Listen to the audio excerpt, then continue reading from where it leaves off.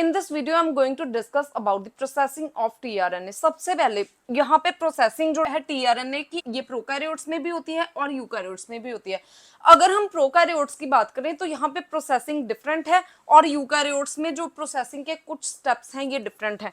Now सबसे पहले यहाँ पे जो प्रोकैरियोट्स है, सबसे पहले यहाँ पे न्यूक्लियर प्री tRNA की फॉर्मेशन होती है और आफ्टर प्रोसेसिंग ये tRNA में कन्वर्ट होता है। नाउ यहाँ पे कौन कौन सी प्रोसेसिंग है? सबसे पहले cutting and trimming of tRNA, उसके बाद यहाँ पे कोई भी स्प्लाइसिंग नहीं होती क्योंकि जो प्रोकैरियोट्स हैं इनमें इंट्रोन्स प्रेजेंट नहीं होते, so there is no need of splicing. और उसके बाद यहाँ पे केमिकल मॉडिफिकेशन होती है सच एज मिथाइलेशन। तो आफ्टर केमिकल मॉडिफिकेशन लास्ट में addition of trinucleotide sequence, ये एक बहुत इंपॉर्टेंट स्टेप है। चाहे हम यूकैरियोट्स में देखें चाहे प्रोकैरियोट्स में, यहाँ पे जो 3 न्यूक्लियोटाइड्स का सीक्वेंस है ये एंड में ऐड होता है एट द 3' एंड, और इसमें साइटोसिन एंड एडेनिन प्रेजेंट होते हैं। और जो न्यूक्लियर प्री tRNA है ये फाइनली tRNA में कन्वर्ट होता है। अगर हम यूकैरियोट्स की बात करें तो यहाँ पे भी फर्स्ट स्टेप में जो न्यूक्लियर प्री tRNA है ये tRNA में कन्वर्ट होता है बाय द प्रोसेसिंग। तो सबसे पहले प्रोसेसिंग में कटिंग एंड ट्रिमिंग होती है। अब जो यूकैरियोट्स है यहाँ पे इंट्रोन्स प्रेजेंट होते हैं प्री tRNA में, तो यहाँ पे स्प्लाइसिंग भी हो रही है, मीन स्प्लाइसिंग भी होती है इंट्रोन्स को रिमूव करने के लिए। उसके बाद अगेन जो केमिकल मॉडिफिकेशन है, जैसे प्रोकैरियोट्स में हमने देखा यहाँ पे भी केमिकल मॉडिफिकेशन होती है जैसे कि मिथाइलेशन या फिर और केमिकल मॉडिफिकेशन। उसके बाद यहाँ पे एक और स्टेप है आरएनए एडिटिंग।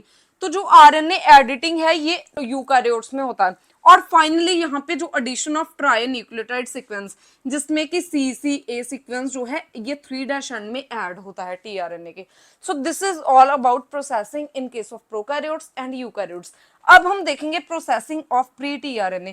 तो सबसे पहले जो प्री tRNA है ये एक प्रिकर्सर की फॉर्म में सिंथेसाइज होता है। इसमें कुछ एक्स्ट्रा सीक्वेंसेस यहाँ पे प्रेजेंट होते हैं और इनको रिमूव करते हैं different type of endonuclease and exonuclease enzyme. Now सबसे पहले यहाँ पे ये एक एक्स्ट्रा सीक्वेंस प्रेजेंट है 5' एंड पे, और इसको रिमूव करता है एंजाइम RNase P। नाउ जो RNase P है इसमें एक RNA कंपोनेंट प्रेजेंट है और एक इसमें प्रोटीन कंपोनेंट प्रेजेंट है। So it is a ribonucleoprotein, और जो इसका आरएनए कंपोनेंट है ये कैटालिटिक रोल प्ले करता है। सो दैट्स व्हाई यहाँ पे ये एज अ राइबोजाइम काम करता है। नाउ जो राइबोजाइम है ये कैटालिसिस परफॉर्म करते हैं। तो ये एक एंडोन्यूक्लियस एंजाइम है जो कि यहाँ पे इस फॉस्फोडाइएस्टर बॉन्ड को यहाँ से कट करेगा और ये जो स्ट्रक्चर है ये रिमूव हो जाएगी। नाउ जो एंडोन्यूक्लियस एंजाइम है ये इंटरनल फॉस्फोडाइएस्टर बॉन्ड्स को ब्रेक करते हैं। डीएनए में जो या फिर आरएनए में जो इंटरनल फॉस्फोडाइएस्टर बॉन्ड्स होते हैं तो इनकी ब्रेकेज होती है एंडोन्यूक्लियस एंजाइम के साथ, जो कि यहाँ पे RNase P एंजाइम है। उसके बाद जो 3' एंड है यहाँ पे भी एक एक्स्ट्रा सीक्वेंस प्रेजेंट है और इसको रिमूव करते हैं एंजाइम RNase E। इसको RNase F भी बोला जाता है। ये एक एंडोन्यूक्लियस एंजाइम है। उसके बाद सेकेंडली यहाँ पे RNase D यूज हो रहा है, ये एक एक्सोन्यूक्लियस एंजाइम है। नाउ यहाँ पे सबसे पहले जो एंडोन्यूक्लियस एंजाइम है ये इंटरनल फॉस्फोडाइएस्टर बॉन्ड की कटिंग करेगा, और यहाँ पे जो एक्सोन्यूक्लियस एंजाइम है विच इज RNase D, ये यहाँ से जो टर्मिनल है, टर्मिनल से लेके एक एक न्यूक्लियोटाइड को यहाँ से रिमूव करेगा 1 बाय 1।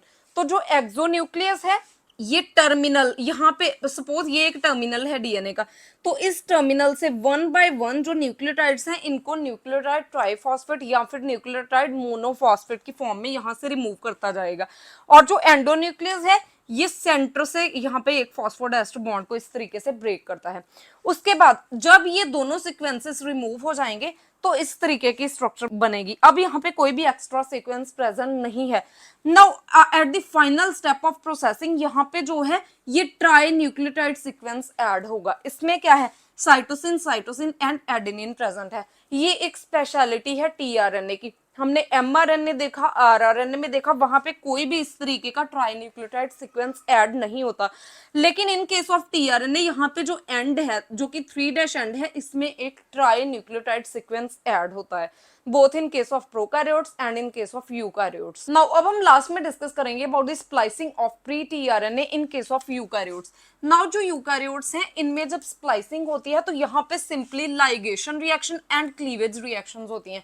मींस जो इंट्रोन है सबसे पहले इसकी क्लीवेज होती है, और जब इंट्रॉन्स की क्लीवेज हो जाती है तो जो एक्सोन पोर्शन है इसकी लाइगेशन की हेल्प से, लाइगेज एंजाइम जो है इसकी लाइगेशन करते हैं, मींस ज्वाइनिंग करते हैं। नाउ यहाँ पे कोई भी स्प्लाइसोसोम जो है ये पार्टिसिपेट नहीं करते, सो स्प्लाइसोसोम मीडिएटेड स्प्लाइसिंग यहाँ पे नहीं होती, और यहाँ पे ऑटो स्प्लाइसिंग भी नहीं होती। जैसे हमने इंट्रोन्स में देखा था, group 1 intron and group 2 introns, वहां पे ऑटो स्प्लाइसिंग होती है लेकिन स्प्लाइसोसोम यूज नहीं होते। यहाँ पे स्प्लाइसोसोम भी यूज नहीं होते और ऑटो स्प्लाइसिंग भी इंट्रोन्स की नहीं होती। नाउ यहाँ पे जो टीआरएनए है, प्री टीआरएनए, इसमें जो इंट्रोन्स है इसकी बाउंड्री को डिसाइड करता है secondary structure of intron, means जो 5' स्प्लाइसिंग साइट है और जो 3' स्प्लाइसिंग साइट है इसको डिसाइड करता है secondary structure of intron. Now यहाँ पे जो एंडोन्यूक्लियस एंजाइम है ये क्लीवेज करते हैं दोनों साइड्स पे, यहाँ पे 5' splice site and 3' splice site of intron, तो इनकी क्लीवेज होती है with the help of endonuclease enzyme. इसीलिए यहाँ पे जो है ये ऑटो स्प्लाइसिंग नहीं हो रही बल्कि क्लीवेज हो रही है। उसके बाद जब यहाँ पे क्लीवेज हो गई और इंट्रोन रिमूव हो गया, और फाइनली जो एंड्स हैं एक्सोन के इसको ज्वाइन करता है एंजाइम लाइगेज। नाउ यहाँ पे कोई भी ट्रांस एस्टेरिफिकेशन रिएक्शन नहीं होती, जैसे हमने नॉर्मली सभी तरह की स्प्लाइसिंग में देखा, इधर इन ग्रुप 1 ग्रुप 2 इंट्रोन की स्प्लाइसिंग और GU-AG इंट्रोन्स दोनों की स्प्लाइसिंग में यहाँ पे ट्रांस एस्टेरिफिकेशन रिएक्शंस होती हैं, लेकिन यहाँ पे कोई भी ट्रांस एस्टेरिफिकेशन रिएक्शन नहीं होती, और इस स्प्लाइसिंग में ATP जो है ये यूज होता है। अब हम डिटेल में डिस्कस करेंगे about the splicing of pre tRNA in case of eukaryotes. सबसे पहले ये एक टीआरएनए प्रेजेंट है और इस साइड ये रेड रीजन जो है ये एक इंट्रोन प्रेजेंट है। यहाँ पे सबसे पहले जो एंडोन्यूक्लियस एंजाइम है ये इंट्रोन की इस साइड और इस side, this is 5' splice side और ये 3' स्प्लाइस साइड, इसको यहाँ पे कट एक जनरेट करेगा और ये इंट्रोन पोर्शन जो है ये रिमूव हो जाएगा। नाउ जब यहाँ पे जो एंडोन्यूक्लियस है ये कट करता है इंट्रोन को तो इस तरीके की स्ट्रक्चर जनरेट होती है। नॉर्मली क्या होता है कि ये 3' एंड है, तो नॉर्मल केसेस में क्या होता है कि जो 3' एंड है इसमें एक OH ग्रुप प्रेजेंट होता है और जो 5' एंड है यहाँ पे फॉस्फेट ग्रुप प्रेजेंट होता है which is called the PO42 negative. लेकिन यहाँ पे टीआरएनए के केस में डिफरेंट है, क्योंकि यहाँ पे जो एंडोन्यूक्लियस एंजाइम है ये कट जनरेट कर रहा है, तो यहाँ पे एक अनयूजुअल कट जनरेट होता है। मींस अनयूजुअल जो ग्रुप्स हैं ये होते हैं, जो 5' एंड है यहाँ पे OH ग्रुप है और जो 2' एंड 3' एंड है यहाँ पे दोनों पे एक फॉस्फेट ग्रुप प्रेजेंट है। अब हम देखेंगे कैसे। सपोज यहाँ पे ये एक न्यूक्लियोटाइड है, यहाँ पे इसका शुगर प्रेजेंट है विच इज राइबोस शुगर, क्योंकि हम आरएनए की बात कर रहे हैं। यहाँ पे नाइट्रोजनस बेस प्रेजेंट है, कोई भी हो सकता है, एडेनिन, ग्वानिन या कोई भी।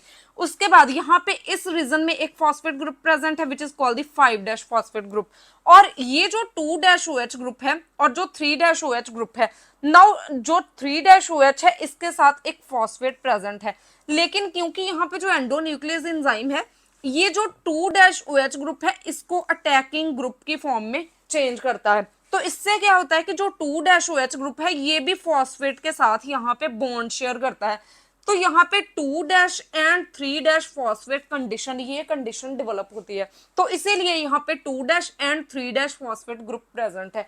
नाउ ये जो फॉस्फेट ग्रुप्स हैं और यहाँ पे जो हाइड्रोक्सिल ग्रुप है इसको अब चेंज करने के लिए डिफरेंट एंजाइम यूज होंगे। नाउ यहाँ पे सबसे पहले ये जो फॉस्फेट है इसमें 2' एंड 3' दोनों लिंकेजेस प्रेजेंट है, मींस दोनों जो ग्रुप्स हैं ये फॉस्फोडाइस्टर बॉन्ड को शेयर कर रहे हैं, 2' भी और 3' भी। नाउ सबसे पहले यहाँ पे जो फॉस्फोडाइस्टरेज है ये इस साइड वाला जो 3' OH है इसको फ्री फॉर्म में लेके आएगा, मींस यहाँ पे 3' पोजीशन पे OH आ जाएगा, और जो यहाँ पे 3' और फॉस्फेट के बीच में जो फॉस्फोडाइस्टर बॉन्ड है ये ब्रेक हो जाएगा with the help of phosphodiesterase enzyme. तो इससे क्या होगा कि जो 3' एंड है इसमें एक OH ग्रुप यहाँ पे आ जाएगा इस पोजीशन पे, लेकिन यहाँ पे जो 2' है इसमें अभी भी यहाँ पे फॉस्फेट कंडीशन प्रेजेंट है, मींस जो 2' एंड है इसके साथ फॉस्फेट अभी भी अटैच्ड फॉर्म में है। नाउ इसको ही रिमूव करता है एंजाइम फॉस्फेटेज, तो यहाँ पे जो 2' एंड है इससे भी फॉस्फेट रिमूव हो जाएगा और यहाँ पे जो 3' एंड है इसमें OH कंडीशन, ये कंडीशन डेवलप होगी। नाउ इस साइड पे तो यहाँ पे जो है ये OH कंडीशन डेवलप हो गई which is called the 3' OH group. उसके बाद ये जो 5' पोजीशन पे OH ग्रुप प्रेजेंट है इसको यहाँ पे रिमूव करता है एंजाइम पॉलीन्यूक्लियोटाइड काइनेज। जो पॉलीन्यूक्लियोटाइड काइनेज है ये एटीपी से फॉस्फेट को उठा के यहाँ पे प्लेस करेगा, तो इस पोजीशन पे भी एक जो है फॉस्फेट ग्रुप पे ऐड हो जाएगा which is called the PO4 negative. तो यहाँ पे जो है ये फॉस्फेट ग्रुप आ गया। अब ये एक नॉर्मल कंडीशन है, मींस 3' जो पोजीशन है इसमें OH है और जो 5' पोजीशन है यहाँ पे फॉस्फेट ग्रुप प्रेजेंट है। नाउ इन दोनों के बीच में एक बॉन्ड फॉर्मेशन हो सकती है which is called the phosphodiester bond. तो यहाँ पे इस कंडीशन में जो फॉस्फोडाइएस्टर बॉन्ड है इसकी फॉर्मेशन करता है RNA लाइगेज एंजाइम। और यहाँ पे ये जो एक्सोन का टर्मिनल है, जो दोनों टर्मिनल्स हैं ये लाइगेट मींस यहाँ पे एक फॉस्फोडाइएस्टर बॉन्ड की फॉर्मेशन हो जाएगी with the help of enzyme RNA ligase. So this is all about the splicing and processing of pre-tRNA in case of prokaryotes and in case of eukaryotes. If you have any type of query regarding this topic, please ask me in comment section, and if you find the content useful, please like and share the video and subscribe my channel Biology on Earth.